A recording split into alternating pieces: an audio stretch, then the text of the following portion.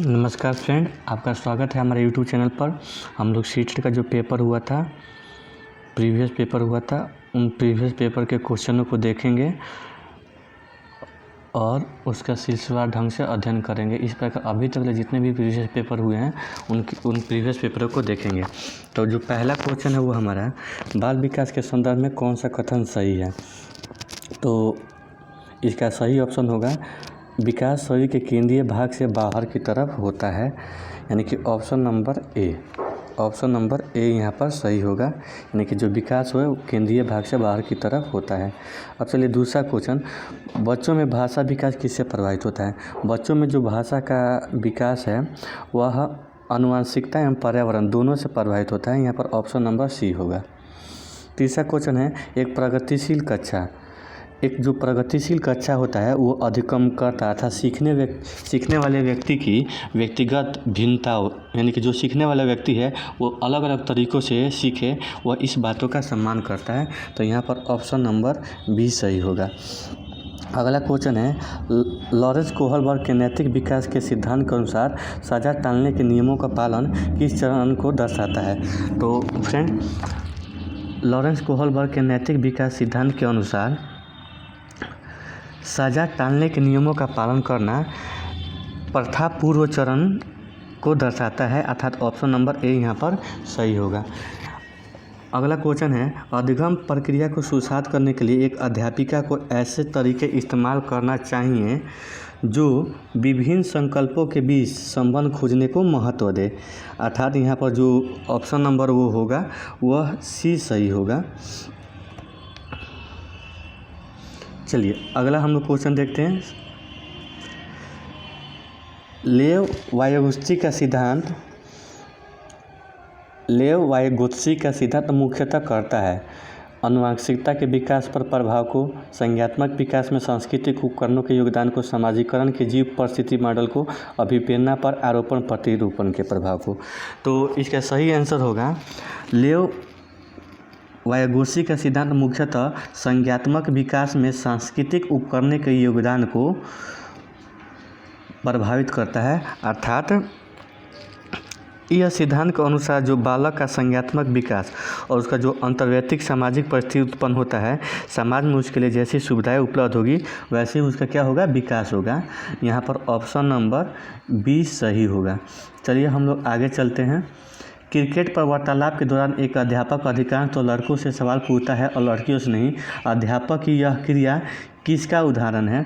तो देखिए यहाँ पर वह केवल लड़कों से क्वेश्चन पूछ रहा है, लड़कियों से नहीं। तो यह जो कहलाएगा वह जेंडर पक्षपात कहलाएगा, यानी कि ऑप्शन नंबर इसका बी होगा। चलिए हम लोग अगला क्वेश्चन देखते हैं। 9 नंबर, बच्चों के समाजीकरण का प्राथमिक कारण है। यहाँ पर 4 ऑप्शन दिए हैं, इसका सही ऑप्शन होगा ऑप्शन नंबर बी, निकष्ट परिवार। यहाँ पर सबसे उपयुक्त ऑप्शन होगा पुस्तक और पत्रिकाएं। देखिए बच्चों के समाजीकरण का प्राथमिक कारक है निकष्ट परिवार। जो उसका समाज है, जिस प्रकार उसका समाज है वैसे ही बच्चों का विकास होगा। तो यहाँ पर आपका ऑप्शन नंबर बी सही होगा। चलिए अगला क्वेश्चन देखते हैं। निम्न से कौन सा जीन पियाजे के संज्ञानात्मक विकास के मूल संक्रियात्मक अवस्था चरण के समरूप है।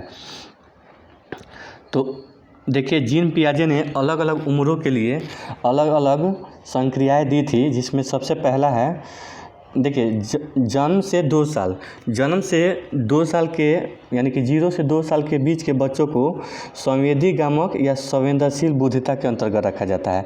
2 से 7 साल के बच्चों को प्राक या पूर्व संक्रिया अवस्था के अंतर्गत रखा जाता है। 2 से 7 साल के अंतर्गत के बच्चों को पूर्व या प्राक संक्रिया के अंतर्गत रखा जाता है। और 7 से 11 वर्ष के उम्र के बच्चों को, 7 से 11 के बीच उम्र के बच्चों को मूल संक्रिय अवस्था के अंतर्गत रखा जाता है और 11 साल से ऊपर के बच्चों को औपचारिक संक्रिय अवस्था के अंतर्गत रखा जाता है। तो इस प्रकार यहाँ पर ऑप्शन नंबर हम सी सही होगा, क्योंकि यहाँ पर पूछ रहा है कि मूल सक्रियात्मक अवस्था। तो जीन पियाजे के अनुसार मूल सक्रियात्मक अवस्था 7 से 11 साल के बीच पाया जाता है। चलिए अब क्वेश्चन नंबर 11, आप एक अध्यापक हैं जो विश्वास है कि बच्चे विभिन्न गतियों और अलग अलग तरीक़ों से सीखते हैं। आप अपनी कक्षा में ऐसी आकलन खोज योजना करेंगे जो, देखिए, अगर आप अध्यापक हैं, आप विश्वास करते हैं कि बच्चे जो हैं विभिन्न गतियों और अलग अलग तरीक़ों से सीखें, तो हम कक्षा में एक ऐसे आकलन बनाएंगे कि, क्योंकि बच्चों का ये मानना होता है कि हम ऐसी योजना बनाएंगे जो आकलन के अलग अलग तरीक़ों पर आधारित हो, क्योंकि हर बच्चे के सीखने की जो क्रिया होगी वह अलग अलग तरीक़े से होगी और अलग अलग तरीक़े से उनके मापने के भी साधन होंगे। तो इस प्रकार यहाँ पर जो ऑप्शन नंबर डी है वो सही होगा। चलिए अब हम लोग आगे चलते हैं 12 नंबर पर। लेव वाइगोत्स्की के सिद्धांत के अनुसार निम्न में कौन सी अध्यापन अधिगम प्रक्रिया को पाठ प्रदान करने की प्रभावशाली तकनीक है। तो सबसे पहले हमको जानना होगा कि पाठ क्या होता है। पाठ का मतलब होता है कि जब विद्यार्थी एक नया कौशल सीख रहा है तो उसके निर्माण में शिक्षक के क्या भूमिका है। शिक्षक उनको नया चीज़ सिखा रहा है तो उसमें शिक्षक की क्या भूमिका होती है। तो यहाँ पर होगा कि उस दौरान, यहाँ पर ऑप्शन नंबर होगा सी, कि समस्या को सुलझाने के दौरान अगर बच्चे किसी बिंदु पर अटक जाए तो उसे संकेत दे और इशारा करना। क्योंकि पाठ का मतलब ही है कि जब बच्चे किसी बिंदु पर अटक जा रहे हैं तो उनको संकेत देकर या उनको कोई ऐसा तकनीक देना जिससे कि उस तकनीक को वह आराम से सीख जाएं। चलिए हमारा 13 नंबर क्वेश्चन है, बुद्धिमत्ता के बारे में कौन सा कथन सही है। तो बुद्धिमत्ता के बारे में कहा गया है कि बुद्धिमत्ता, यहाँ पर 4 ऑप्शन दिया है और चारों ऑप्शन में जो सबसे अच्छा सटीक है कि बुद्धिमत्ता विद्यालय में बेहतर प्रदर्शन करने की योग्यता से अधिक है, यानी कि यहाँ पर ऑप्शन नंबर डी सही होगा। 14 नंबर क्वेश्चन है, एक घोड़े को देखकर एक 3 वर्षीय बालिका चकित होकर बोली, वाह इतना बड़ा कुत्ता। जीन पियाजे के संज्ञानात्मक विकास के सुधार बालिका की यह प्रक्रिया निम्न में से किसका उदाहरण है। तो देखिए, एक कुत्ते को देखकर एक 3 वर्षीय बालिका चकित होकर बोली, वाह इतना बड़ा कुत्ता। जीन पियाजे के संज्ञानात्मक विकास के सिद्धांत के अनुसार बालिका की यह जो प्रक्रिया है वह समावेशन का, आत्मसात्करण का उदाहरण है। आत्मसात्करण से तात्पर्य है कि पूरे ज्ञान को नए ज्ञान के साथ जोड़ना। अर्थात वह पहले क्या हुआ कि वह कुत्ता देखा होगा, बालिका जो है वो कुत्ता देखी होगी और कुत्ते के अनुरूप ही वो क्या देख रही है, घोड़े को। तो वह जो इससे रिलेट कर रही है, कोरिलेट कर रही है, अर्थात वह कुत्ते को घोड़े से रिलेट कर रही है, यानी कि वह आत्मसात कर रही है। इस प्रकार इसका ऑप्शन नंबर ए सही होगा। चलिए हम लोग 15 नंबर पर, भाषा एवं विचार पर लेव वाइगोत्स्की क्या सुझाते हैं। तो देखिए, भाषा एवं विचार पर लेव वाइगोत्स्की का क्या सुझाते हैं। तो उनका कहना है कि भाषा एवं विचार पर जो संज्ञानात्मक विकास में बच्चों का एक चिंतन या विचार को भी महत्वपूर्ण साधन बतलाया जाता है। अर्थात यहाँ पर 2 भाषा और संज्ञानात्मक विकास ये दोनों महत्वपूर्ण रखता है, यानी कि ऑप्शन नंबर ए। बच्चों में सृजनात्मकता को किस प्रकार सुसाध्य किया जा सकता है। तो बच्चों में सृजनात्मकता को अन्वेषण को प्रोत्साहित करके, अर्थात सीखने की जो अलग अलग विधियां हैं उसको प्रोत्साहित कर नए चीज़ों का निर्माण कर वह उन्हें प्रोत्साहित किया जा सकता है, यानी कि ऑप्शन नंबर ए सही है। चलिए, गूढ़ज वैकल्य सीधे तौर पर निम्न से किससे संबंधित है। तो यानी कि गूढ़ज वैकल्य का मतलब बच्चों में जो गुणा करने की जो गति है वो सही नहीं है, अर्थात बच्चे गुणा करने में कठिनाई महसूस हो रहा है। तो यह गणितीय संकल्पन के अधिगम में कठिनता से आधारित है, अर्थात इसका ऑप्शन नंबर डी सही है। चलिए हम लोग आते हैं 18 नंबर क्वेश्चन पर। शिक्षा का अधिकार अधिनियम के अंतर्गत निजी विद्यालयों के आर्थिक रूप से कमजोर विद्यार्थी के दाखिले हेतु सीटों के आरक्षण का प्रावधान है। इस छात्रों के सफल समावेशन हेतु एक अध्यापक को किस तरह से शिक्षा शास्त्र का इस्तेमाल करना चाहिए। तो यहाँ पर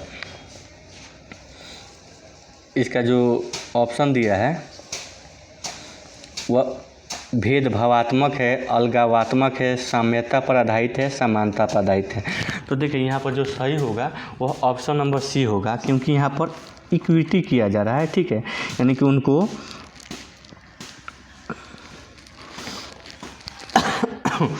यदि छात्र यहाँ पर समानता का बोध हो रहा है, क्योंकि कहा गया समानता का अर्थ होता है कि सबको एक समान परिस्थिति उपलब्ध कराना। इसका ये अर्थ यह नहीं है कि सभी को एक जैसा बना दिया जाए। सामान्यता का मतलब होता है कि प्रत्येक विद्यार्थी को उसकी विशेष स्थिति के आधार पर आवश्यक अवसर का साधन मिलता रहे।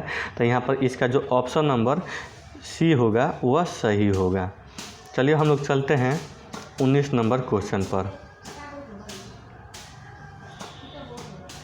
एक समावेशी कक्षा में सूचना को किस प्रकार प्रस्तुत करना चाहिए। तो देखिए एक अगर समावेशी कक्षा है तो सूचना को बहुत तरीके से, जिस तरह से बच्चा समझ सके उस तरह से प्रस्तुत करना चाहिए, यानी कि ऑप्शन नंबर डी इसका सही होगा। चलिए आगे हम चलते हैं। शिक्षा की समकालीन नीतियों के अनुसार दिव्यांग बच्चों की शिक्षा के लिए कौन सा मॉडल सुझाया गया है। तो इसमें देखिए दिव्यांग बच्चों के लिए शिक्षा का जो मॉडल सिखाया गया है, सुझाया गया है, वह है समावेशी शिक्षा, यानी कि इसका ऑप्शन नंबर बी सही होगा। चलिए हम लोग 21 पर आते हैं। अधिगम प्रक्रिया के बारे में कौन सा कथन गलत है। तो यहाँ पर 4 ऑप्शन दिया गया है। तो यहाँ पर जो ऑप्शन नंबर बी है कि अधिगम प्रक्रिया में त्रुटियां और गलतियां अप्रासंगिक है नहीं। देखिए अगर हम सीख रहे हैं, कोई भी चीज़ सीख रहे हैं तो वो गलती होगी ही, त्रुटि होगी ही, ठीक है। ये आपका अध्ययन एक निरंतर प्रक्रिया है, सही है। अधिगम व्यक्तित्व एवं पारिवारिक कार्यों पर निर्भर करता है, यही ठीक है।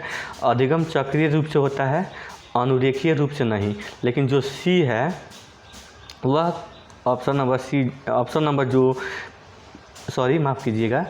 नंबर जो बी है, अधिगम प्रक्रिया में त्रुटि और गलतियाँ अप्रासंगिक है नहीं, वो प्रासंगिक है, वो गलतियाँ होती रहेंगी, यानी कि ऑप्शन नंबर बी सही है।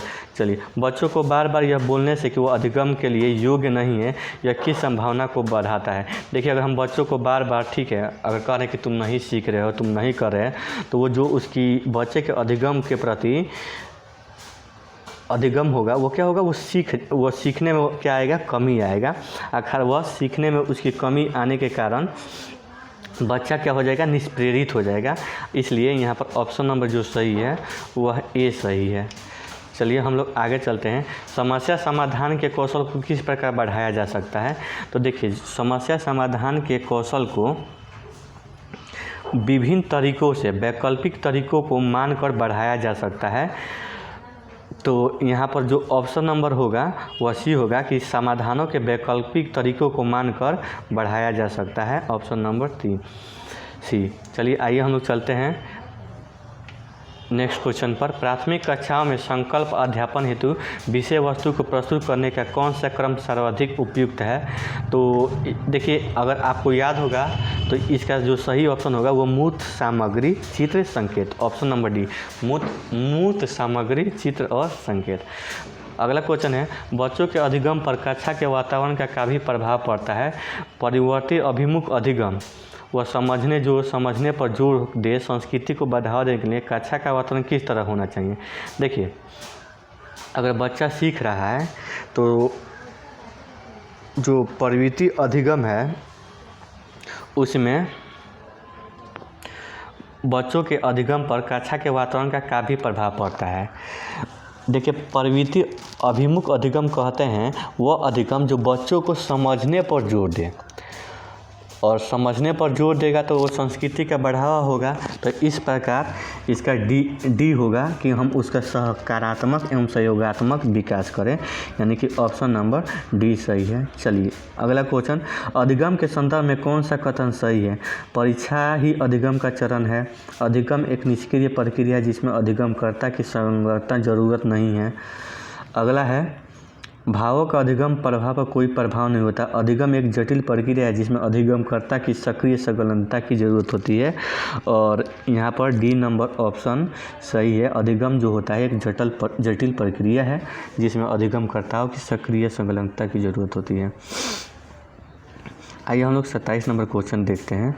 अधिगम के सामाजिक संरचनात्मक विचार अधिगम प्रक्रिया में कौन से महत्व पर जोर देता है?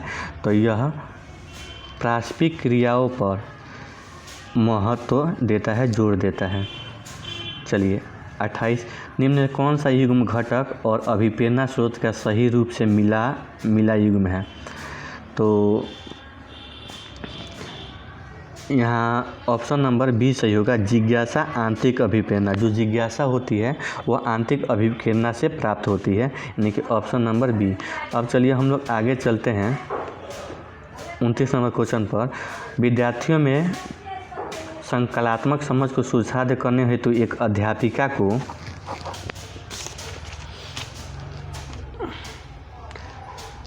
जो प्रस्तुत किया गया है और जो पहले ज्ञात हो उन दोनों के बीच संबंध स्थापित करके उनको बताना चाहिए, यानी कि ऑप्शन नंबर यहाँ पर सी सही होगा। और हम लोग का ये जो लास्ट क्वेश्चन है, निम्न से कौन सा कारक अधिगम को प्रभावित करता है?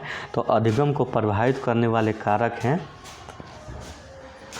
अभिप्रेरणा, सामाजिक संदर्भ, संवेग और शिक्षा शास्त्रीय उपागम, यानी कि ये चारों अधिगम को सीखने के विधि को प्रभावित करते हैं, यानी कि ऑप्शन नंबर डी यहाँ पर सही है। तो इस प्रकार हम लोग का 22 जनवरी 2022 को जो पेपर हुआ था उसका हमने CDP का क्वेश्चन देख लिया। इसके बाद से हम ऐसे ही सारे क्वेश्चनों को बारी बारी से देखेंगे और उसका अध्ययन करेंगे। तो मिलते हैं एक नए वीडियो में। मुझे इजाज़त दीजिए। नमस्कार।